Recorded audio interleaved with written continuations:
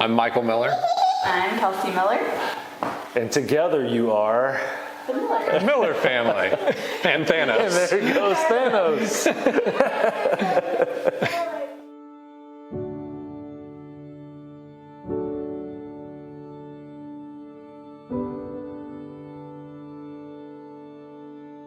My personal faith journey started with Revolution back on the old campus, and it was an Easter service, and I recall distinctly just the calling that it was that I needed to give my life to Christ. And we took the stones and we took them up to the cross, and I remember talking to you shortly after through all of this, just making a commitment that I wanted to give my life to Christ, and I wanted to bring a family up through Christ as well, circled around the church and have that church family.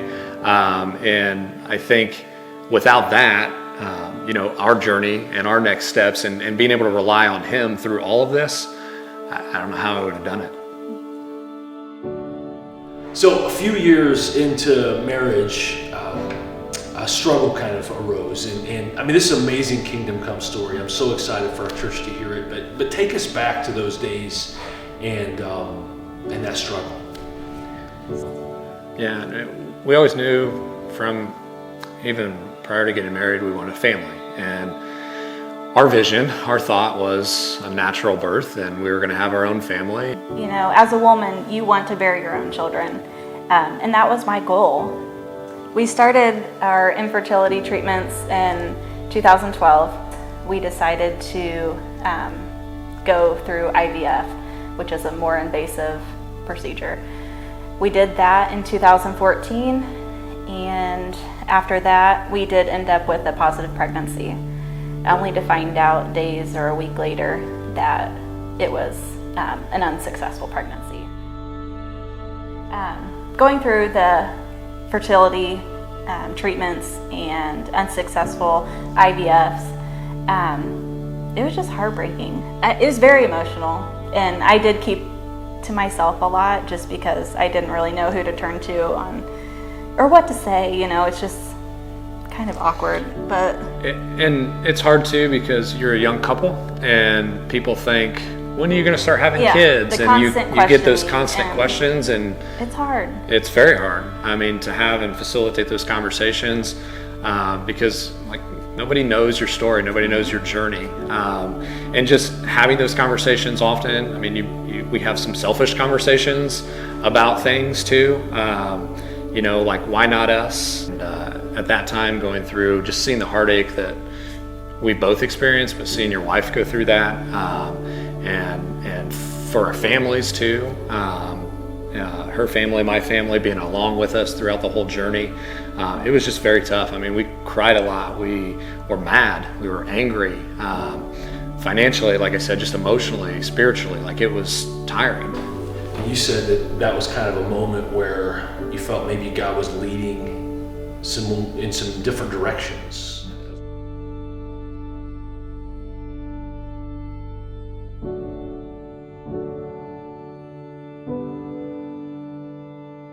We came back home, and then I was recovering, still very groggy, just in a lot of pain, and I realized I got a phone call from an unknown number. I answered it, and it was the adoption agency saying that they had an 8-week-old baby boy. So the same day of the procedure was the same day you got this phone call, and feeling like maybe God's doing something here, writing a story. It's not exactly as you imagined it, but something was happening. So yeah, tell us about what happened from that phone call then.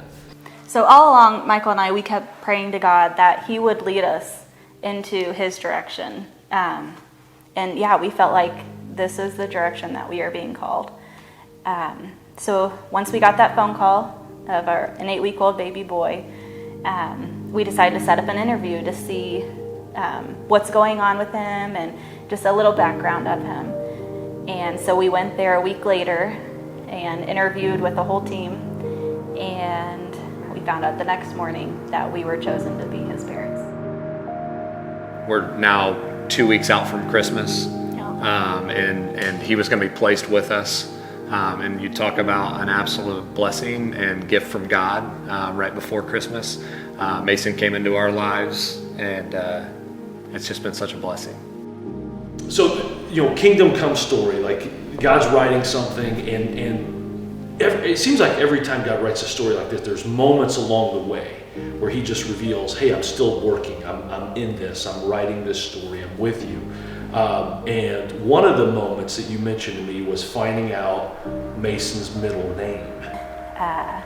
The caseworker and everything, they actually ended up naming him, and his middle name was Samuel. But I did really connect with Hannah in the story in the Bible, just with her struggles with childbearing. And, she stayed faithful to God, and she cried out to him, and she prayed to him, and he answered her prayer. And her son, Samuel. And so again, like kingdom come, like God is bringing more of his kingdom to earth through this story he's writing with your family. Small moments along the way, but also big moments. And there was this really awesome big moment, unexpected. You just tell us the story. In 2017, I was just scrolling on the Today Show and found a Father's Day contest. And it was a 50-word essay about a dad, and it could, yeah. So anyways, so it was all tied to the MLB All-Star game that was upcoming that summer, and so they were looking for all-star dads, right? Yes. So yeah, I typed up a 50-word essay. I have no idea what I said. The only thing I can remember is Michael is a principal, so I said that he is a father to over 400 students. 400 kids specifically. Oh, yeah, kids. 400 kids. So, and even when the Today Show called and said that we were a finalist, they said that really caught their eye.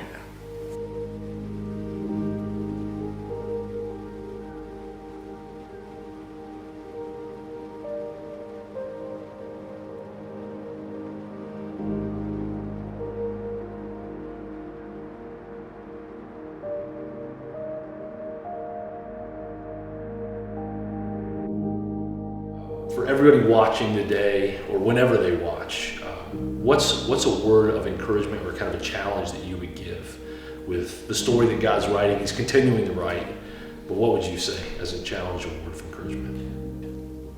No matter your setbacks, your disappointments, your struggles, just keep the faith and rely on God, and pray out and cry out to him, and he will meet you in the waiting. He did for us, and I know he can do that for others. It's kind of like a piece of art. Sometimes, the stroke of the brush, we see individual strokes and we don't know what it's going to look like in the end. And I think we had an idea of what our painting was going to be and what it was going to look like and how we were going to get there. But he knew what it was going to be, and his hand was working through all of it. That magnificent painting in the end was going to be done through his strokes and through his brush, and just trusting in that as a couple, as an individual, as family. It was a beautiful masterpiece in the end with us.